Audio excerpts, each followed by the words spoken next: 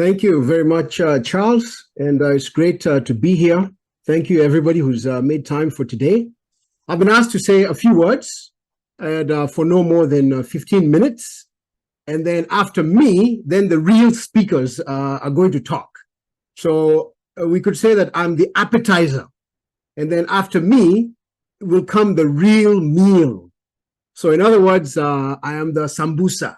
And the other speakers, that's the kuku choma and the mbuzi choma and the chapati, the real meal, maybe even with some dessert, like the wonderful cakes that Sarah Josiah makes. Sarah Josiah made the wedding cake for my wife and myself. It was phenomenal.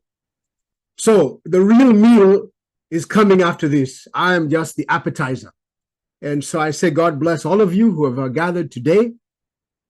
And just to get right into it, I wanted to mention that I wrote a book not too long ago. And so my sharing today will be based on the anchor scripture from that book and a few themes also that are covered in the book.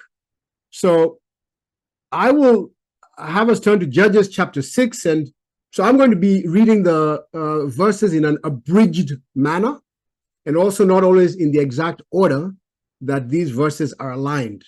I'll have the verses on the screen for ease of following along. And so this is all, that's my name. And then, so we're in Judges chapter 6. And so in Judges chapter 6, it says that, verses 1 to 5, it says that the power of Midian was so oppressive. Whenever the Israelites planted their crops, the Midianites, Amalekites, and other eastern peoples invaded the country. They did not spare a living thing for Israel. They invaded the land to ravage it. And so what we find is this is the situation. It's dire, all right? But previously things had been amazing. In fact, in the same chapter, verses 7 to 9, a prophet comes and reminds them just how sweet things used to be. God brought the Israelites out of Egypt. He freed them from slavery. He gave them new land. How nice things had been. Freedom and also the fruitfulness of fertile farms. Oh, how nice things had been. And similarly, we go through times when things are just lovely. Our prayers are being answered. Our dreams are being fulfilled. Our goals are being achieved. Personally for me, I love such times and I thank God for such times. But of course, things are not always that way. And here in this passage, at this point, the tide has turned. And Israel at this point is feeling the relentless, oppressive hand of Midian. In our personal lives, for each one of us, we go through periods like this as well. Rather than the sweetness of success, salutes, and celebration, we experience sadness, strain, and struggle. When the tide turns in this way, it can be hard to feel excited about life or excited about God, excited about church, or to even feel excited about ourselves. And recently, I read an article by a writer called Kristen Howie Dimmick.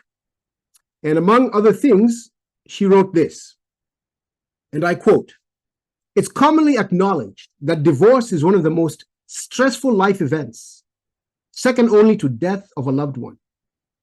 Moving and job loss are also in the top 5 stressors, and these often coincide with divorce." And additionally, in that same article, she writes, and I quote, "Every divorce situation is different, but it seems to always involve pain and sorrow, which can both last a long time." That's what she wrote. And as for me, to those who have experienced divorce, I should like to express that I'm sorry that this has happened to you, and I'm sorry that you've been put through the trauma of this stressful, painful and sorrowful life event. So let us look to God.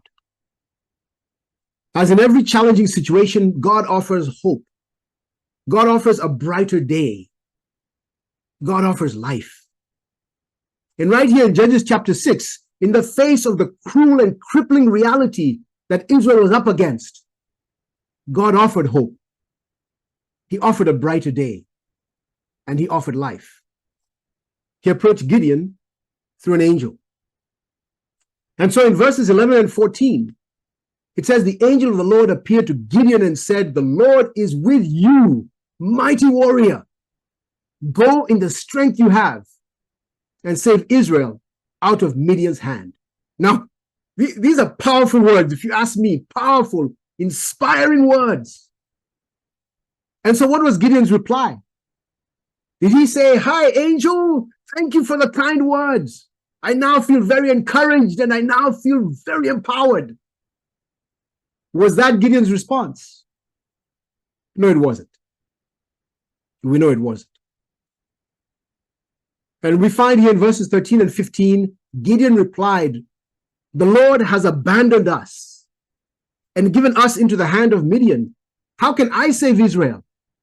My clan is the weakest in Manasseh, and I am the least in my family. What we find here is there's a big difference between how God sees Gideon and how Gideon sees himself.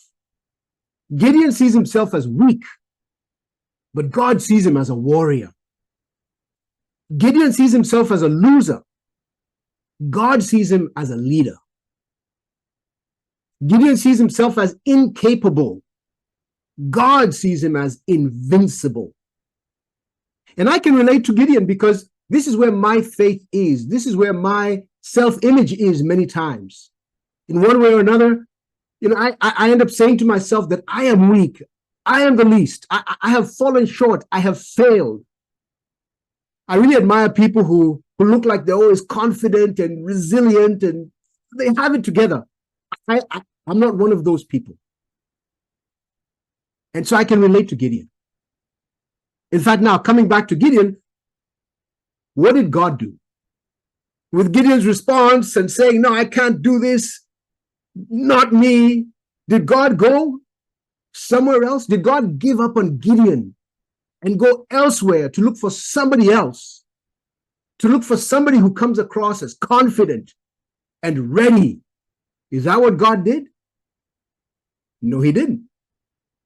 The Lord answered in verse 16, I will be with you, and you will strike down all the Midianites.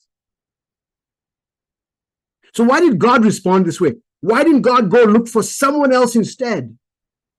Because God does not walk away from us. God offers hope. He offers a brighter day. He offers life. And that's why in Hebrews 13, verses 5 to 6, it reads, God has said, never will I leave you, never will I forsake you. So we say with confidence, the Lord is my helper. I will not be afraid. What can mere mortals do to me? At one point in my career, until recently, I was working at the United Nations. But I think Charles mentioned it. I'm based right now in the US. I was previously based in Kenya. My father's from Kenya. I'm Kenyan. My mother's from the US. So I'm from the US as well. So I'm Kenyan from the US, both. And I've spent plenty of time in both places. But at one point while I was working at the United Nations, I was assigned to Zambia. And so I went to Zambia. And then, so the office provided a driver to pick me up at the airport. So obviously we were seeing each other for the first time. And so now as we're driving back, we've left the airport and we're driving to the office. Okay, it was supposed to take me to the office. And, we get into a conversation and we're getting to know each other. And as the conversation evolved, I mentioned that I have one child. My wife and I, we have one child, a son. I don't remember the exact words of this driver, except that I felt rebuked. And he's asked me, but you're an African man. As an African man, how can you only have one child? As an African man, you're supposed to have many children. And I forget what else he said. I'm telling you, whatever I felt, I did not feel encouraged. But that was the label this driver was putting on me. You know, at that point, I dared not, I wondered, what would he even say? Because the son my wife and I have is, we adopted him. We adopted him when he was 1 year old. And recently he just turned 23. So time flies. And I'm thinking, he's rebuking me for not having multiple children. How would he react if I told him that even that one child that he's telling me is too few for an African man? He's not even biologically from me. He's adopted. I felt some labeling.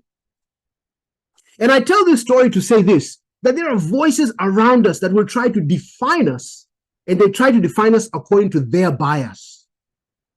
Voices will try to label us, and they try to label us according to where they feel we are at our lowest. And sometimes we label ourselves.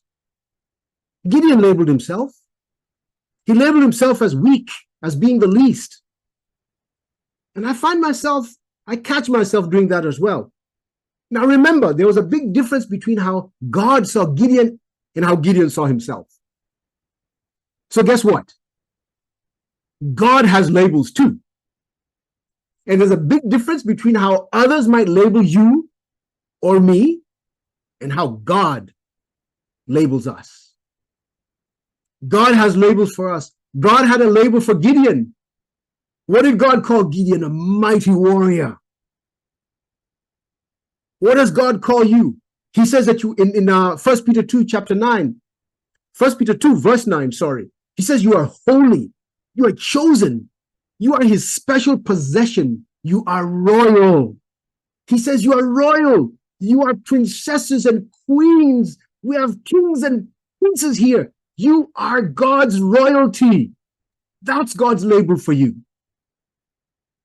And you can also label yourself. For example, David labeled himself. In Psalm 139:14, he said, and I quote, "I am fearfully and wonderfully made." And so I said, let's put aside the labels that come from those unwelcome voices, and let's embrace the labels that come from God. Let us surround ourselves with positive reinforcement. Let us surround ourselves with loving people who will walk with us and will handle us with unconditional positive regard.